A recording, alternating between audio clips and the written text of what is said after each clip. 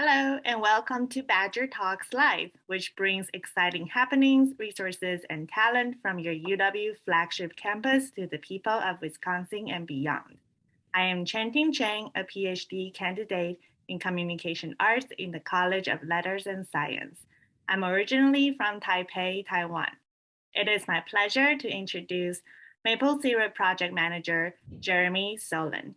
Today, Jeremy will be sharing information about how UW-Madison Extension is helping to support and expand maple sugaring outreach and education efforts in the state.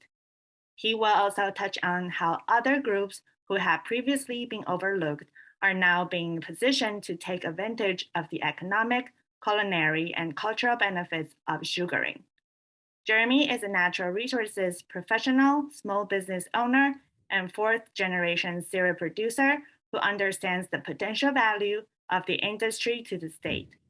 He holds a PhD in sustainability education from Prescott College, a master's degree in environmental education from the University of Minnesota, Duluth, and a bachelor's in water resources from UW-Stevens Point.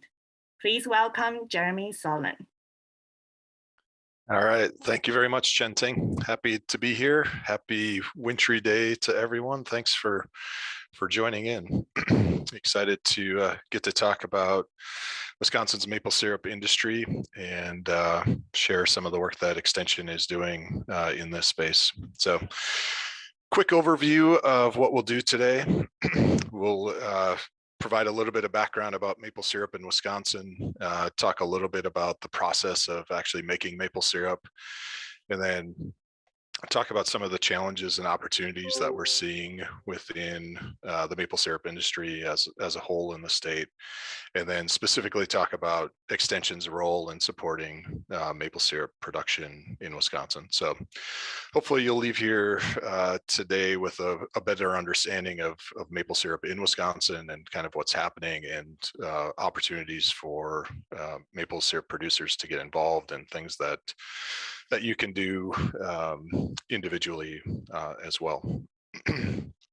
So I want to start by recognizing that all of us who make maple syrup in Wisconsin are making syrup on lands originally held by Native American tribes in the area, and also that the maple syrup process was really developed by indigenous people in North America over thousands of years, and European settlers kind of took that knowledge from the tribes and began to develop that on their own. And so we owe the Native American tribes in Wisconsin and across the country for the land that we're making syrup on, but also for the knowledge of making syrup as well. So we're indebted to them for that, and also just want to recognize that there's a lot of tribal maple syrup production that still happens in the state, and we'll talk about that a little bit later as well, kind of how Extension is engaging in that and hoping to support those efforts to a greater extent. So first thing I want to do is make a distinction, and that distinction is between the two liquids that you see on your screen. The one on the left being maple syrup coming from trees, and the other being what's often called pancake syrup or table syrup. That is not maple syrup. Often it gets called that, but it's a pretty important distinction for lots of reasons. The first one being they come from very different places. Maple syrup is a completely natural product made from forests across the northern US, northeastern US. The other one is primarily corn syrup, completely different product, completely different flavor. And generally from my perspective and all of us as maple syrup producers, a much inferior product for sure. But it's also important for a number of other reasons. One of the things that I'm super excited about related to maple syrup is that we can gain this amazing product, maple syrup from forests, while also kind of reaping all the other benefits that we get from forests. So Things like high quality water, storage of carbon in these forests, the soils that are developed, the diverse habitat for wildlife that forests provide, recreational opportunities, and then the whole host of other forest products we can get at the same time that that we can get maple syrup. So there's a lot of wins there as I think about it. So when you're supporting Wisconsin maple syrup or maple syrup across the country, you're really supporting all these other values related to forests. So pretty important choices that we make.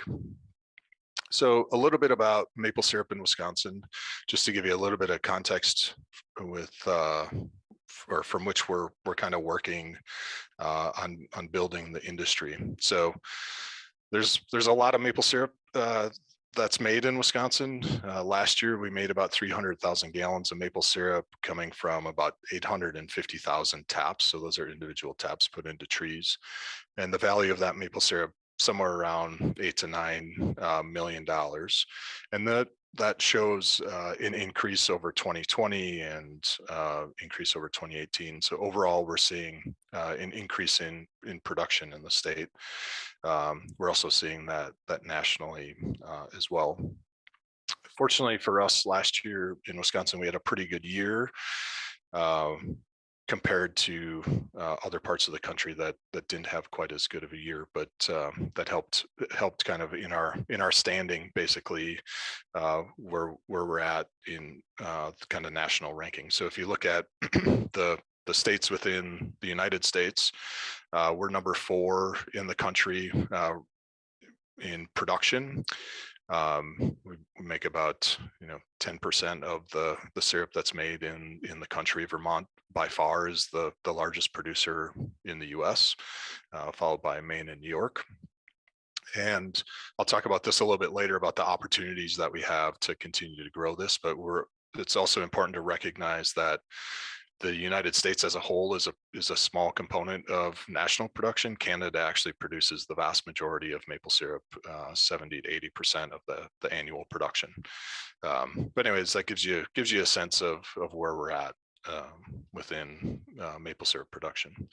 There's actually maple syrup production made in probably about a third of the states in the country right now. And to kind of put this in context within our forests, we have a lot of maple trees in the state. So somewhere around 3.7 million acres of maple forests containing tens of millions of maple trees. And sugar maple, which is our primary maple syrup producing tree, although not the only one, is one of the most abundant species in the state. And looking at the number of taps that we have compared to how many trees there are, the estimate is that we're tapping somewhere less than 0.5% of the maple trees in the state. So lots of potential to grow from that standpoint. All right, so into the maple syrup process. Just to give you a bit of a sense of what it takes to make maple syrup, unfortunately or fortunately, depending on how you think about it, maple syrup just doesn't come out of trees. We'd probably all be awash in maple syrup if that was the case, if it were that easy. But to start with the trees and where we make maple syrup from. Of course, they come from maple trees, but often people don't know there's actually a number of species that we can make maple syrup from. The most common and kind of most preferred is the sugar maple, sometimes called the hard maple. Black maple is a really closely related species, often not even recognized as a separate tree from sugar maple, but mixed in throughout the sugar maple range. And then the other really common maple tree, especially in the southern part of the state and in lower areas close to water, is red maple.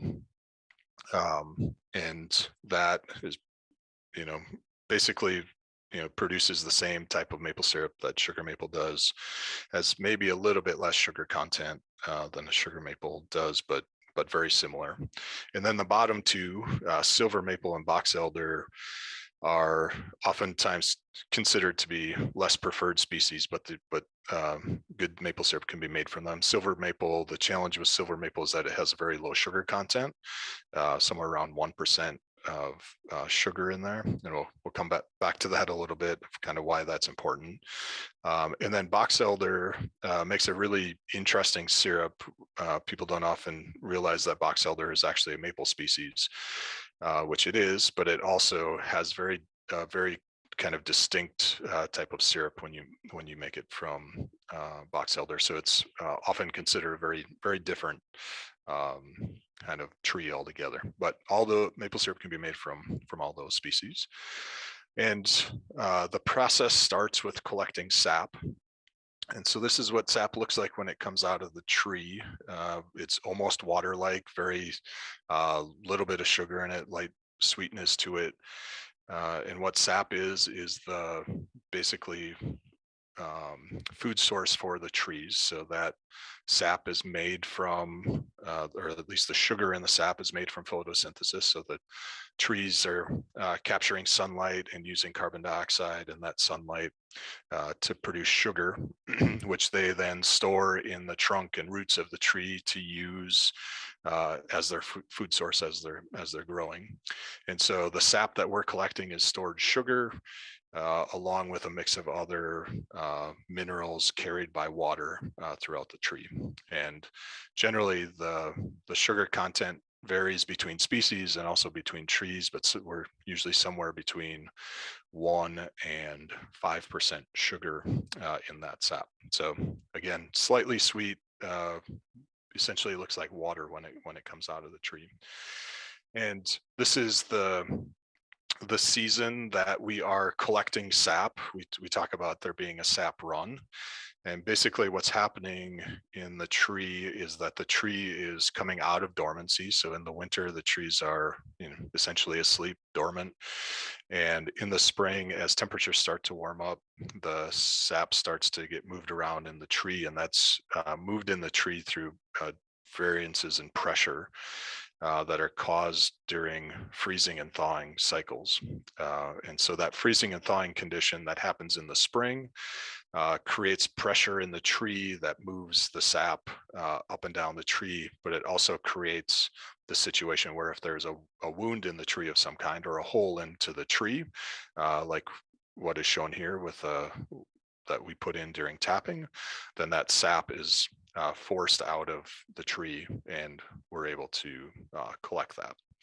So again, that sap run happens when we get freezing thawing conditions. Typically in Wisconsin, that happens in March and April, sometimes a little bit in February.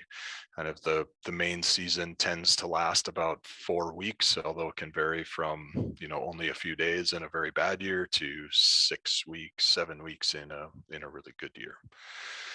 And the next step in the process is, once sap is running out of the trees, is to be able to collect that and to get that from somewhere in the woods, which we call the sugar bush, to the cooking shack, the sugar shack, or the cooking facility. So that's done a variety of ways. You see in one of these pictures the blue lines, the sap lines, which you've probably seen if you've driven around Wisconsin. You'll see these lines in the woods. So those are connected directly to the trees, and often there's vacuum applied to those lines to actually suck that sap down into a collection container. And then the more traditional way is to collect sap from the individual trees and empty that into a trailer, like you're seeing on the bottom picture, which is then transported back. So on a good day, a tree will run, say, 2 to 4 gallons of sap. So if you have 1,000 taps out in the woods, you're dealing with somewhere around 2,000 to 4,000 gallons of sap that you're thinking about transporting. And over the course of a season, we generally think of an individual tap running somewhere between 10 gallons of sap total, and if it's on a vacuum line, maybe that could be 30 gallons of sap. So the amount of sap that you're dealing with begins to add up pretty quickly. And just a note about that relative to the tree, a healthy mature maple tree will have maybe 10,000 gallons of sap in it, a couple thousand pounds of sugar in it. And so we're only through the tapping process taking a very small proportion of that sap out. So say average 10 gallons or 15 gallons of sap that you might take out of a tree, that's coming out of 10,000 gallons that's held in that tree. So a very small percentage, similar in a sense to us giving blood, a small percentage that our body's able to replenish. The trees can do that the same when they're healthy with tapping. All right, and then the next step in the process is actually making the syrup. And basically the process there is all about getting rid of water. So we need to go from some low percentage of sugar, say around 3% in the sap, up to 66% and a little bit above, which is the maple syrup kind of state. So maple syrup is defined by the percentage of sugar. And so mostly that process involves cooking. So there's a lot of steam involved, and this can be done in lots of different ways, from a small backyard setup with a cinder block firebox and a kettle to an open fire and something metal to hold that in, to much larger evaporators that are used on a commercial scale, like the one you see here. Another part of this system is often a reverse osmosis machine, which helps to concentrate the syrup or the sap before it's cooked into syrup. So that reverse osmosis machine decreases the energy that's used in the cooking process, decreases the time, and usually concentrates the sap from around 3% up to 10 or 15 or 20% sugar. So much less cooking is required to get to the syrup stage. So that is the process of cooking syrup, and the end result is what you see here. So again, it's a completely natural product. Nothing is added during the cooking process. It's only essentially removing water throughout this process. And the result gets graded by color. So you see the 4 grades of maple syrup here, from golden to very dark. And those grades or colors of maple syrup vary based on the cooking process, the time of year that the syrup is made, essentially how the sap is handled and the process of getting it to syrup. So those colors are correlated with the flavor, with the lightest flavor being the golden syrup, on up to the much richer and often kind of smoky, dark, very dark syrup. So they're all, kind of personal preference as far as what flavor profile people like. I myself tend to like darker syrups, but it really is a personal preference. And the industry provides the grading just so people can kind of develop a preference and be able to return to that preference through time. So that is the maple syrup process and how we go from sap to syrup. I want to talk a little bit bigger picture here about some of the challenges and opportunities that we're facing as maple syrup producers in the state, and then move into talking about what Extension's role is here. So when we think about some of the challenges that we're facing, climate change is definitely one of the things that's in front of us.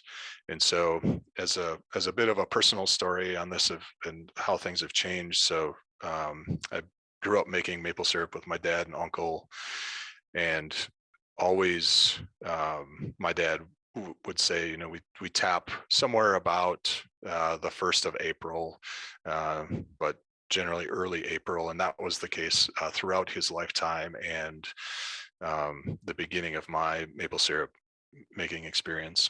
But over the last 10 years, that season has continued to shift. And at this point, we're more likely to start tapping in early to mid-March. So over the course of the last 30 to 40 years, our season has moved quite a bit earlier, up to a month earlier. Fortunately, so far, we haven't seen any negative impact of that earlier season. But there are some models that are represented here in the picture that indicate that we may begin to see some declines in sap production, and that has to do with the increasing growth of the trees actually using a higher percentage of the sugars that they produce for growth rather than storing them. So you can see this kind of shift of the higher production areas to the north, which is also consistent with what we're expected to see kind of in the ideal growing situations for sugar maple trees. And this is specifically sugar maple.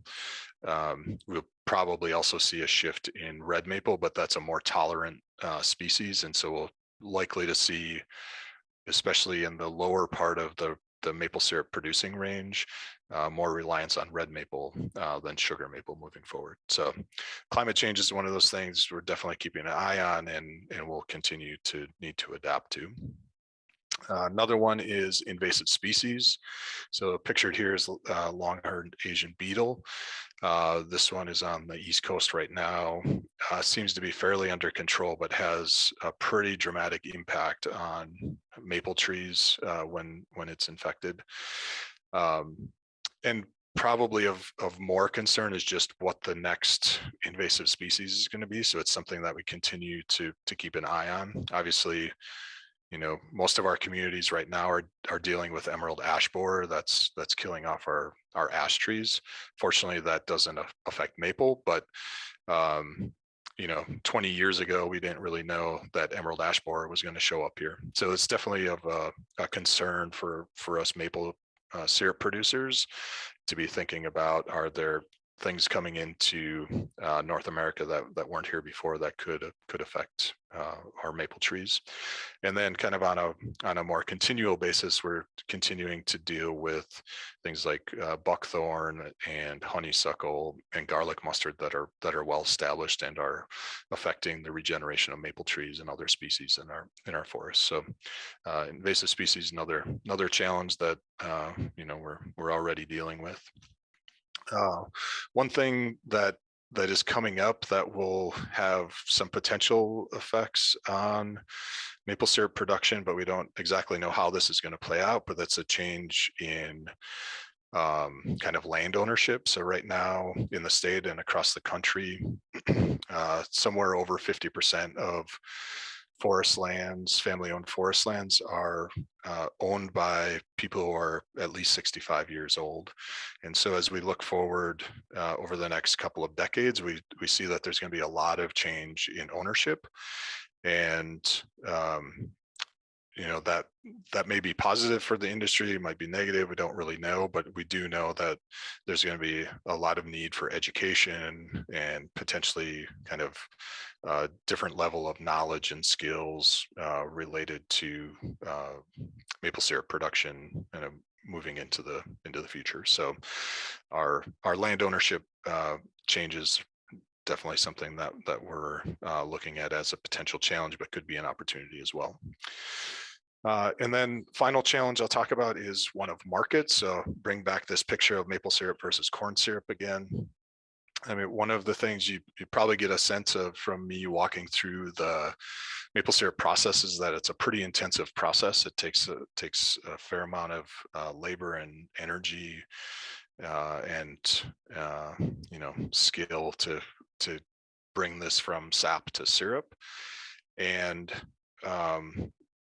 that creates a product that is more expensive than the alternatives, right? So if we don't have discerning people shopping for maple syrup and choosing a different product, that creates challenges for us within the industry.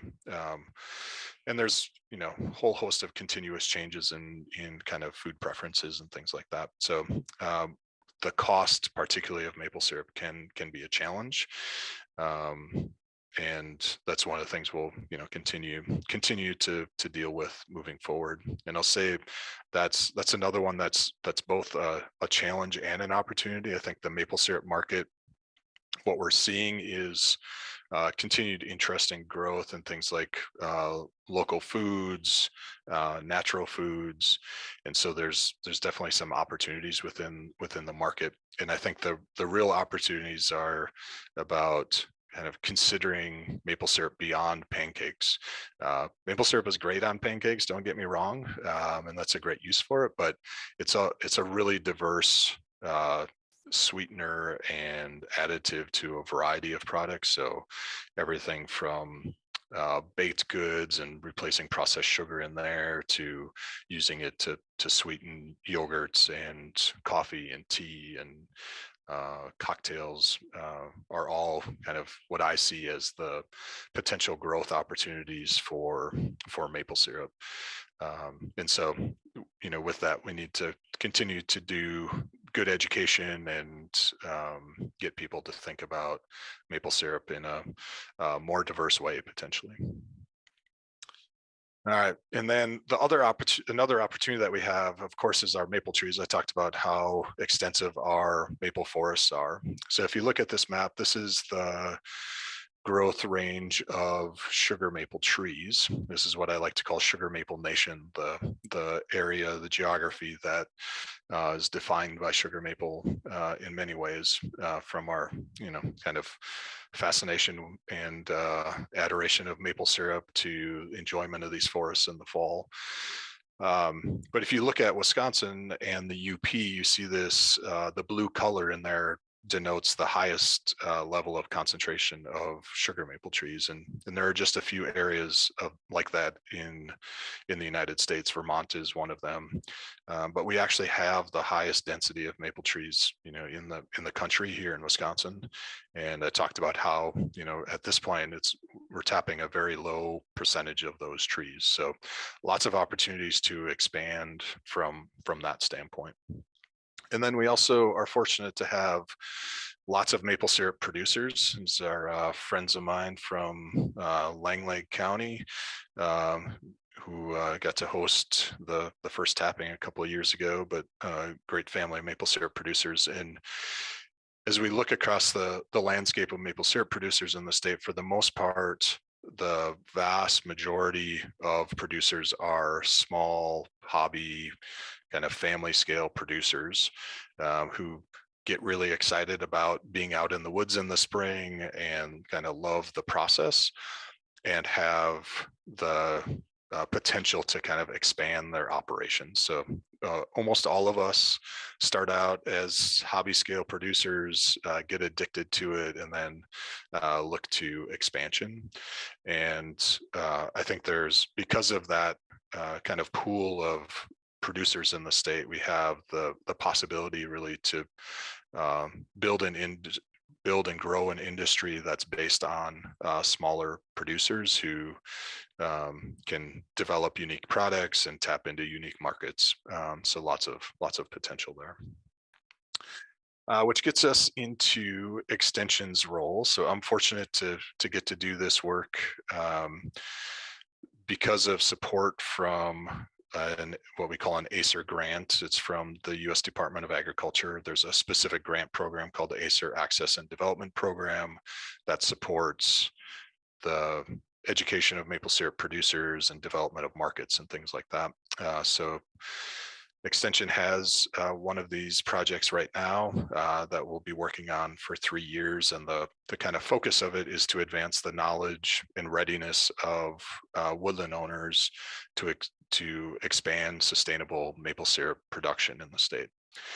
And I get to focus my work here. I'm the project manager on the grant, but we're actually fortunate to have a amazing team of Extension and UW-Madison folks engaged in the project with kind of this breadth of experience and expertise that we'll utilize in the project. So everything from communications and agriculture education, forestry, Native American task force, how do we support advice giving within producers, we're able to bring that into the project. And so what we're working towards is a vision of sustainability both for our forests and rural communities, through maple syrup. So we believe we can, again, kind of get multiple values out of these forests in which we produce maple syrup, and kind of develop regional and local economies through those that support both the forests and the communities. And to do that, the things that we're doing within Extension are that we're providing educational programs and resources. So we're just getting started with developing some of these, leveraging existing UW and Extension expertise. So, an example of this is kind of how do we help resource professionals interact in an effective way with landowners. And so the communications and advice giving expertise that we have on the team helps us to support the work of resource managers in accomplishing what they want to accomplish from a management standpoint. We're also building relationships with tribal maple syrup producers. This is an audience that Extension hasn't really supported in the past, and it hasn't had a lot of support in the state overall. And again, I talked about their role historically, and so maple syrup is an important part of who they are and how they interact with the forest. And so our role here is to better understand what their needs are and work with them through their leadership to be able to support their work. And then we're also working on expanding the reach of existing efforts. So an example of this is Iron County Extension has been doing some maple syrup programming over the past few years. And so they've done some really great work, and we're able to kind of expand that work out statewide and utilize some of the resources and share some of the resources that they've developed there and what they've learned to expand the impact. And then as we look forward, we're just at the beginning stage of doing a needs assessment to identify specific needs within maple syrup producers. And then we'll respond to that with programs and resources, particularly focused on those needs. Again, we'll continue to support tribal producers. One of the things we're looking at is setting up and supporting exchanges between tribal maple syrup producers so they can learn from each other. Again, lots of already amazing things going on there. We're also looking to identify potential demonstration sites. So these are sites that any maple syrup producer could come to learn about the tapping process, equipment use, proper techniques from a tree health and forest management standpoint, all of those. So we'll begin identifying potential sites moving forward. And then, of course, just expanding beyond where we are right now. So there's lots of areas for us to begin to work on as far as market development and additional education programs, research that can be done on forest health and all kinds of things like that we'll continue to look at. So that's where we're headed as far as Extension's support for maple syrup producers in the state. And then finally, I'll wrap up here with what can you do? The first thing I would encourage you to do is to get started tapping trees if you don't already. And if you already do, to continue to do so and look for opportunities to improve your process or expand if you're interested. So lots of ways to get started, whether that's on your own land or a neighbor or friend's land. Community programs like nature centers run maple syrup programs, so opportunities to get involved there. And if you're looking for resources and connections, that's something that we're really happy to help make the connection to. And then the other thing you can do, of course, is to choose Wisconsin maple syrup. So choose maple syrup, and specifically choose Wisconsin maple syrup for whatever needs you might have there. So I will end with that and turn it over to Fran. Great, Jeremy, thank you so much. I'm envisioning choose Wisconsin maple syrup t-shirts. That's right. Produced yet. Sure. Well, thanks so much for all of that great information. And we have a great viewership today. I'm sure people who are involved in the industry and not involved in the industry. I just want to acknowledge, though, that you probably have the coolest title in all of UW as maple syrup project manager. That's right. And that leads to the question of, you talked a little bit about tapping trees as a youth with your family, but can you just give a quick background of how you landed in this position? Yeah. I got really lucky. So, when the grant was written, I have been working in extension for about 8 years. And so have been connected into lots of related projects, and the kind of have a background, obviously, with maple syruping, but also in natural resources education and forestry. So in a sense, being in the right place at the right time, and being able to leverage my experience and knowledge in the field. So when that grant came through, I was able to apply for the position and be fortunate to get it. So yeah. Right. Well, we're glad you pretty did. Nice. Yeah, for sure. Okay. Well, I'll start with the oldest comments first. And questions. Derek Sisco posts, are there programs in Wisconsin to tap sugar maples on public land? I tap trees in the city of Waukesha. Yeah. So there are, and that's a great question. And one of the things we'll continue to work on. So if you think about all the different layers of public land and public trees, city parks are a possibility, county forests, state forests, other state entities like the Board of Commissioners of Public Lands, National Forest, and they all have a slightly different approach, but there are opportunities at all those levels to gain permits to tap trees on those public lands. Parks, what you'll find is different cities approach this very different ways. Some cities allow it, some of them don't. So the place that you want to get in touch with if you're in the city is with the parks or the forestry department, and then obviously at any of those other layers to get in touch with the managers there and see if it's a possibility and find out what the permit process is. And again, if people want help kind of finding what that connection point is or who that connection point is, I'm happy to help do that. Okay, great. Good point. Known fact, who knew? Yeah. So Gary asks, so how does buckthorn hurt the maple trees? Yeah. The big thing with buckthorn is that it's super aggressive and shades out the understory. And so the biggest concern there is with maple regeneration. So it won't hurt the existing mature trees. But as we look forward, sugar maples live a long time. They can live a couple of 100 years, but eventually they all die, and there needs to be young maple trees growing underneath them to be able to replace them. And so in a buckthorn forest, you get very little kind of regeneration, so it can be a problem. And the one invasive species that I didn't mention that has kind of similar impacts, but in a very different way, is earthworms. So a lot of us don't realize that earthworms are not native to Wisconsin.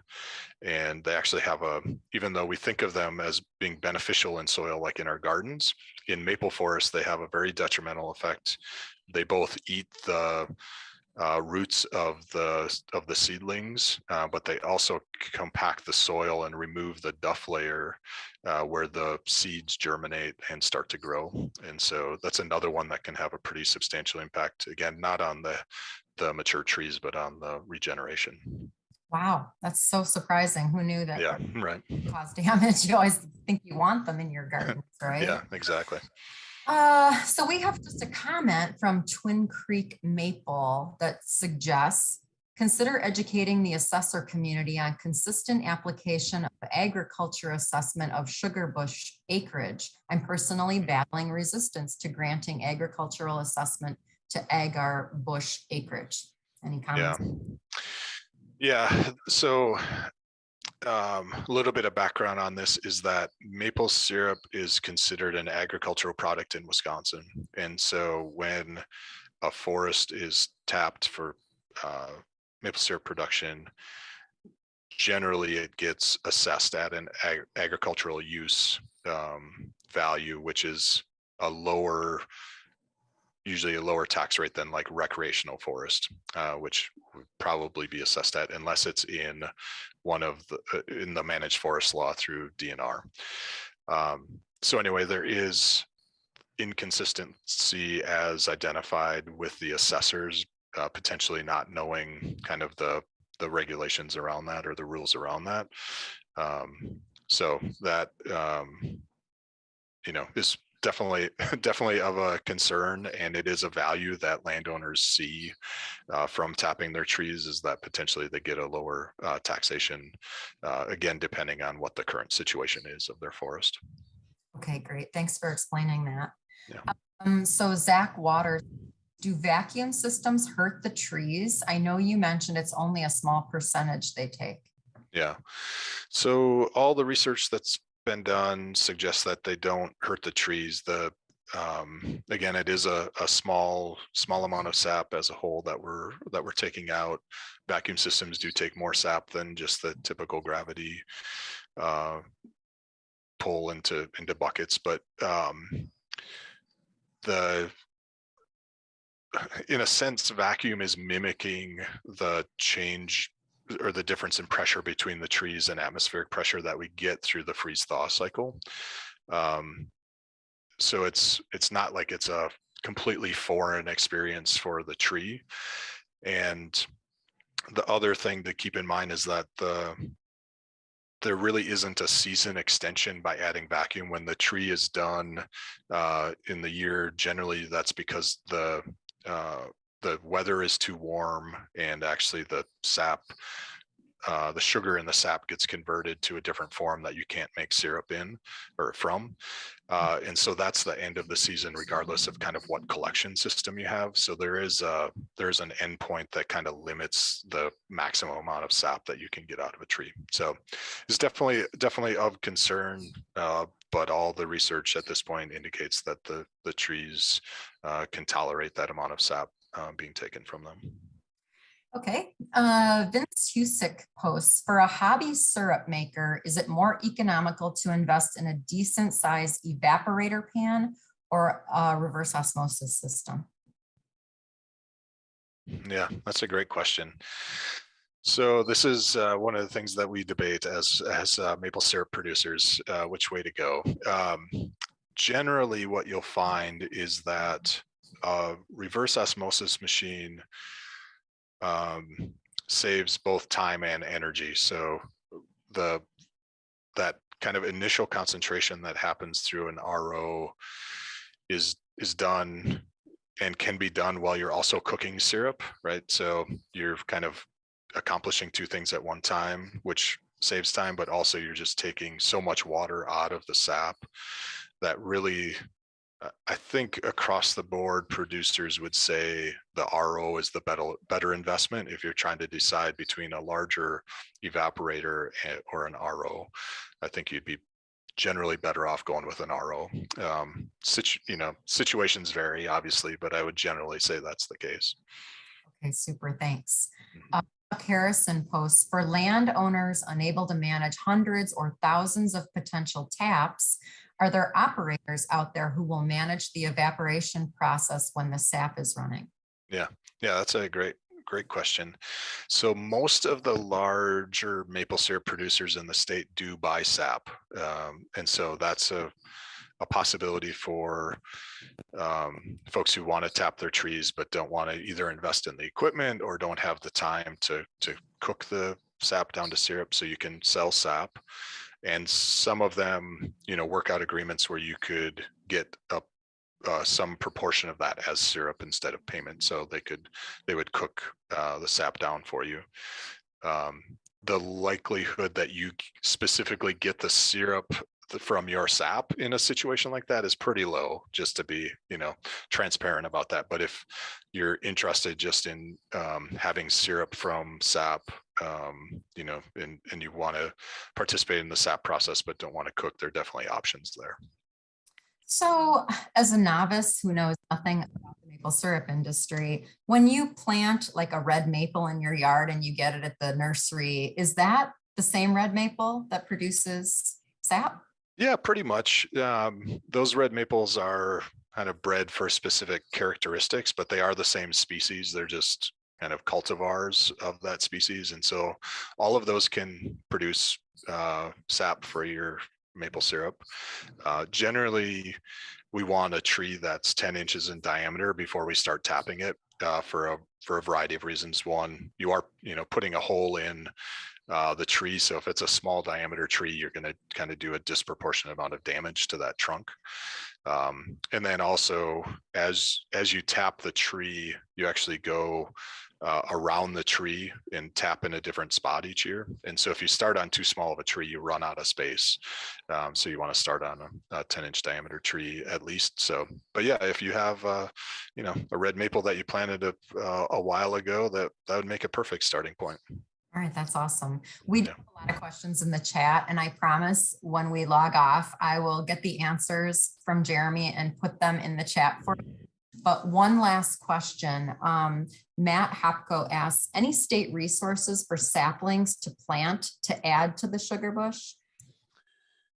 Yes. So the place to look would be through the DNR to order maples through there. It's been a little while since I looked. I know the last time I looked, which was sometime in the past year, they were sold out, but I don't fully know the kind of status of how many they're growing. But they do, I'm pretty sure they have maple trees that they grow at the state nursery. And the place to find that out would be on the DNR website. You just put in search for the nursery in the search bar. You should be able to find that. So those are trees that you can order annually. And then there are a variety of other private nurseries as well. I will say I've done some maple tree planting. We're kind of just starting to convert a field into additional maple forest. But generally, if a maple forest is managed well, you should get abundant reproduction. There shouldn't really be a need to plant maple trees in there, but there are lots of circumstances where you might want to do that, like again, planting in a field to create a forest, or if you have a different forest type that maybe is in the future would become maple, that you could kind of jumpstart that process. Or if you're dealing with invasive species and you've lost regeneration, that might be some reasons to do that. But generally, we're really lucky. Maple trees are prolific at producing seeds, and in a healthy forest, they do pretty well. So yeah. Awesome, Jeremy Solin, thanks so much. Talking about this sweet topic and bringing a little bit of nature into our homes on this otherwise pretty wintry day for us. Yeah, for sure. So thanks so much for spending time with us today. Yeah, thank you very much. I appreciate it. Take care. Well, please tune in next Tuesday. We're already March 1st, next Tuesday at noon.